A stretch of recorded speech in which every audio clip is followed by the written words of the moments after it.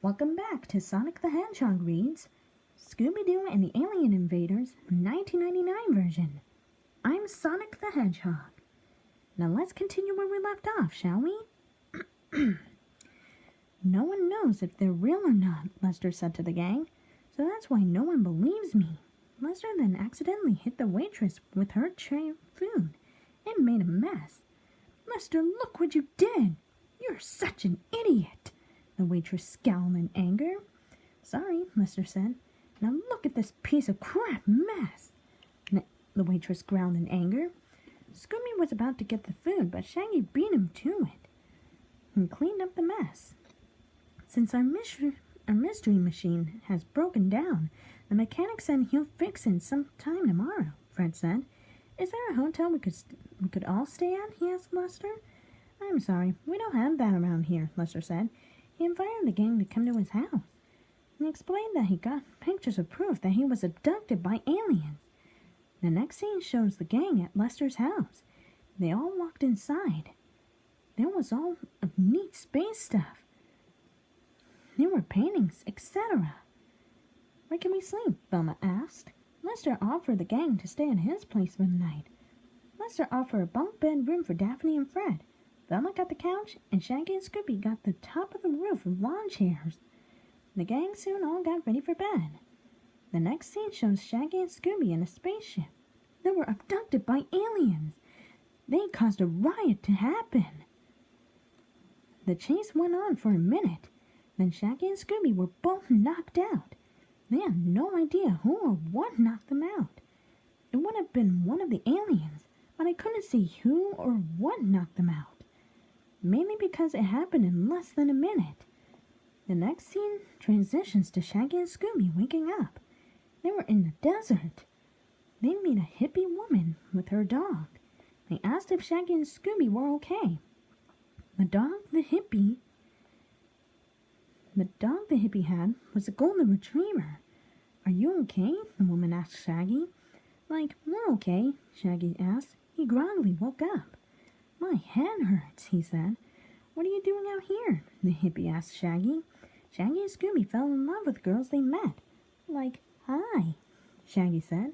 He and Scooby were so in love. They lost their words to say Shaggy. Shaggy was offered water. The hippie woman explained that she and Amber were shooting photos, mainly for a magazine. I'm Crystal, the hippie woman introduced herself. Then she introduced her dog, Amber. My name is Norville Rogers, but my friends call me Shaggy, Shaggy replied. Crystal and Amber got in their Jeep. They offered Shaggy and Scooby to ride back into town. The next scene transitions to Fred, Daphne, Velma, and Lester at the restaurant. They couldn't find Shaggy and Scooby. The waitress walked up to Fred. Morning, handsome. How did you sleep? Did you dream about me last night? The waitress flirted with Fred. As this made Daphne angry. She got in between of the waitress and Fred. She was mad. Hey, don't you dare flirt with my boyfriend! Daphne scowled. I was surprised by this. Daphne was mad when Lena flirted with Fred in Zombie Island. I didn't expect the waitress to flirt with Fred.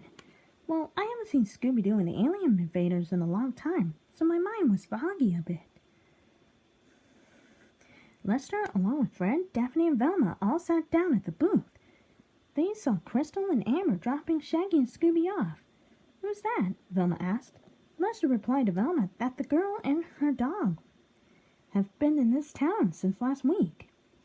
When Shaggy and Scooby walked inside the restaurant, they were lovesick. Where have you guys been? Fred asked. And who was that girl? Daphne added. Her name was Crystal, Shaggy replied. She's wonderful. The gang ordered breakfast as the song started to play. It was called Groovy. Shaggy and Scooby were both daydreaming about Amber and Crystal's future together. The song was in great quality. So it was amazing to hear my favorite song in the movie. Excuse me.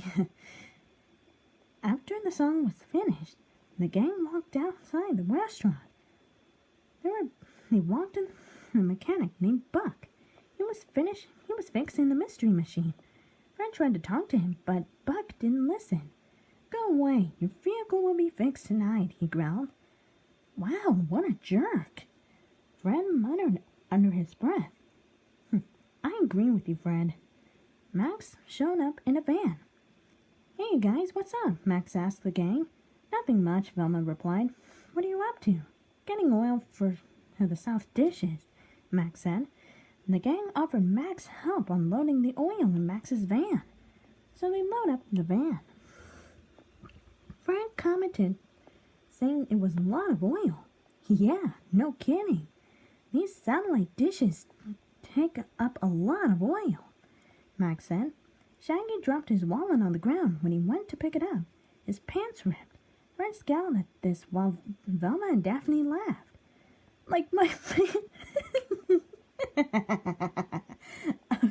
Okay, I'm sorry. I'm not supposed to laugh, but I gotta admit, when Shaggy actually ripped his pants, that is pretty funny.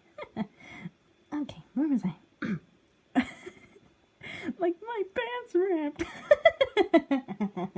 Okay. I'm sorry. Okay, I'm sorry. That kind of got me a little bit. He was blushing. Scooby. Okay. Scooby handed Shaggy something to cover the rip in his pants.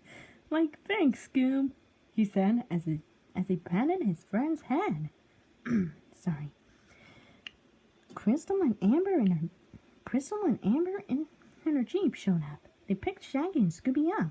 Max drove Fred, Daphne, and Velma to the South Station. The next scene fades to Shaggy and Scooby with Crystal and Amber. They're in the patch of flowers. This is amazing, Shaggy, Crystal said. She then spotted a fence. She wanted to go over there, mainly to see what's on the other side. But when Crystal, Amber, along with Shaggy and Scooby went over there, 2 government guards asked them to leave.